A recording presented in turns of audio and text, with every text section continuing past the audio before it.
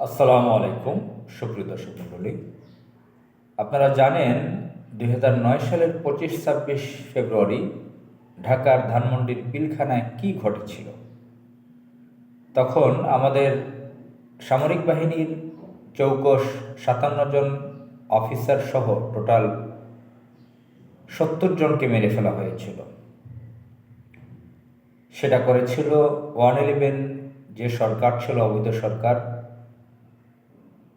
তারা নীল নকশা করে দিল্লির সরাসরি এজেন্ট শেখ হাসিনাকে রাষ্ট্রীয় ক্ষমতায় বসিয়ে দিয়েছিল।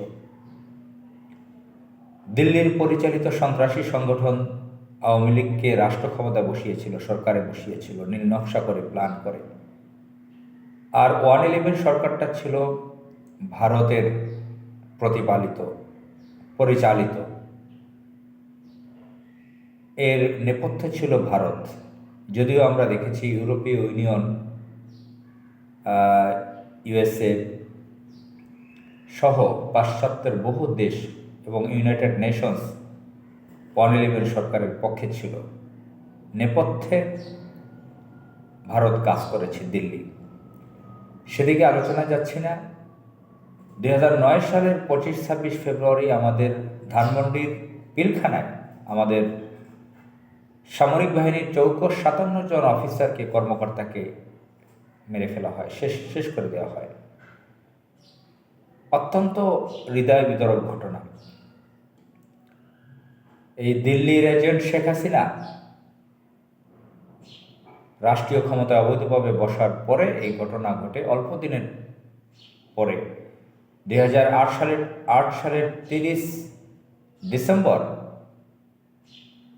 যে তথাকথিত নির্বাচন হয়, যেটা ছিল একটা প্রহসন, সে নির্বাচনে দিল্লির এজেন্ট গ্রুপ, দিল্লির পরিচালিত সন্ত্রাসী সংগঠন আওয়ামী লীগকে রাষ্ট্রীয় ক্ষমতায় বসানো হয়। এর অল্প দিনের মধ্যেই এই ঘটনা ঘটে। এটা বাংলাদেশের বিচক্ষণ মানুষ, সাবেক সামরিক কর্মকর্তা, বিভিন্ন দেশপ্রেমিক লোকজন মনে করেন এটা ভারতেই ঘটিয়েছে। অলরেডি আমরা বিভিন্ন আলামতে, বিভিন্ন রিপোর্টে সেটা দেখেছি এবং আমরা বিশ্বাস করেছি কখনো বাংলাদেশের সামরিক বাহিনীর সৈনিকরা কখনো নিজেদের অফিসারদেরকে এভাবে মেরে ফেলবে না। এটা ভারতের একটি ষড়যন্ত্র ছিল, মাস্টার প্ল্যান ছিল। আমাদের বিডিআর ছিল, বাংলাদেশ রাইফেলস। আপনারা জানেন সামরিক বাহিনীর বাংলাদেশ রাইফেলস বিডিআর ছিল আধা সামরিক। এখনও বিজিবি যেরকম আধা সামরিক হিসেবে তারা হয়, হোম মিনিস্ট্রির আন্ডারে। আর প্রতিরক্ষা মন্ত্রণালয়ের অধীনে সশস্ত্র বাহিনী, যেটা বিমান, নৌসেনা। তো সেনাবাহিনীর বিভিন্ন অফিসারগণ, চৌকস অফিসারগণ বিডিআরে ছিলেন, বিডিআরের কর্মকর্তা ছিলেন। তো বিডিআরের প্রধান সহ, শাকিলকে সহ ৫৭ জনকে শেষ করে দেওয়া হয়। এটা আমাদের বাংলাদেশের স্বাধীনতার সার্বভৌমত্বের বিরুদ্ধে বড় ধরনের একটা ষড়যন্ত্রের অংশ ছিল। তখন থেকে আমাদের বাংলাদেশ সরাসরি ১০০% দিল্লির নিয়ন্ত্রণে চলে যায় বলা চলে। আওয়ামী লীগ সন্ত্রাসী সংগঠনটা রাষ্ট্রীয় ক্ষমতায় এর আগে অনেকবার ছিল। গুন্ডা শেখ মুজিব, ভারতের পরিচালিত সন্ত্রাসী সংগঠনের আর এক নেতা শেখ মুজিব, সেও ছিল ৭১ পরবর্তী সময়ে। ১৯৯৬ থেকে ২০০১ তখনও দিল্লির এজেন্ট শেখ হাসিনা রাষ্ট্র ক্ষমতায় ছিল, প্রধানমন্ত্রী হিসেবে ছিল। দিল্লির বিভিন্ন কুকৌশলে সে প্রধানমন্ত্রী হতে পেরেছিল। তো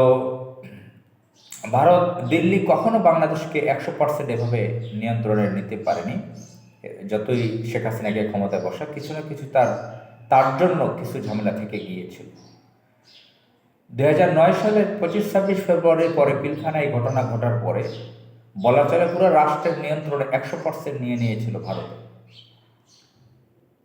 সেই ঘটনার পর থেকে দীর্ঘ ১৫ বছর পর সে দিল্লির এজেন্ট গ্রুপ, দিল্লি পরিচালিত সন্ত্রাসী সংগঠন আওয়ামী লীগের পরাজয় ঘটে। তাদেরকে বিতাড়িত করা হয়েছে দেশ থেকে। তাদের যদিও এখনও বাংলাদেশের বিভিন্ন জায়গায় রন্ধ্রে রন্ধ্রে তাদের সেই আদর্শের লোকজন আছে, বিভিন্ন ছলে কলে কৌশলে রয়েছে তারা। শেখ হাসিনা পালাতে বাধ্য হয়েছে দিল্লিতে। তো সেদিকে আলোচনায় যে আমি আলোচনায় গিয়ে সময় বাড়াতে চাই না, লম্বা করতে চাই না। আমাদের যে বিডিআর ছিল, এটার মধ্যে একটা ঐতিহ্য ছিল বাংলাদেশ রাইফেলস, যেটা 2009 সালের 25-26 ফেব্রুয়ারি আমাদের বিডিআরের কর্মকর্তাগণ, সামরিক বাহিনীর অফিসারদের মেরে দেওয়া হলো, অফিসারগণকে মেরে ফেলা হলো। এরপরে ভারতীয় নির্দেশে সাজেশনসে ভারতের এজেন্ট শেখ হাসিনা, দিল্লির এজেন্ট শেখ হাসিনা, লেডি লেদুদ্দরজি আমাদের সেই ঐতিহ্যবাহী নাম, ঐতিহ্যের নাম বাংলাদেশ রাইফেলস, যেটার নাম শুনলে ভারতের কাঁপুনি ধরত। ভারতের যে বিজিবি কি বিএসএফ, যেটা বিএসএফের মধ্য আতঙ্ক সৃষ্টি হতো তাদের মধ্যে। আমাদের বর্ডারে আমাদের লোকদেরকে মারলে পাল্টা জবাব দেওয়া হতো। এটা বাংলাদেশ রাইফেলস বিডিআর সেই কাজটা করত। এই নামের মধ্যে ভারতের কাছে একটা আতঙ্ক ছিল। আর আমাদের দেশের মানুষের মধ্যে পাকিস্তান আমল থেকে নামটা ছিল বাংলাদেশ রাইফেলস বিডিআর। এই ঐতিহ্যবাহী নামটা ভারতের সাজেশনসে, ভারতের নির্দেশে বাদ দিয়ে বা বিজিবি করা হয়, বাংলাদেশ বর্ডার গার্ড। এটা খুবই দুর্বল একটা নাম। তো আমরা চাই আমাদের এই বিজিবি নামটা বাদ হয়ে, ভারতের দেওয়া নাম বাতিল হয়ে আমাদের বিডিআর নামটা ফেরত আসুক। বাংলাদেশ রাইফেলস, এটার মধ্যে ঐতিহ্য আছে, এই নামটা আবার আমাদের ফেরত আসুক। আসসালামু আলাইকুম।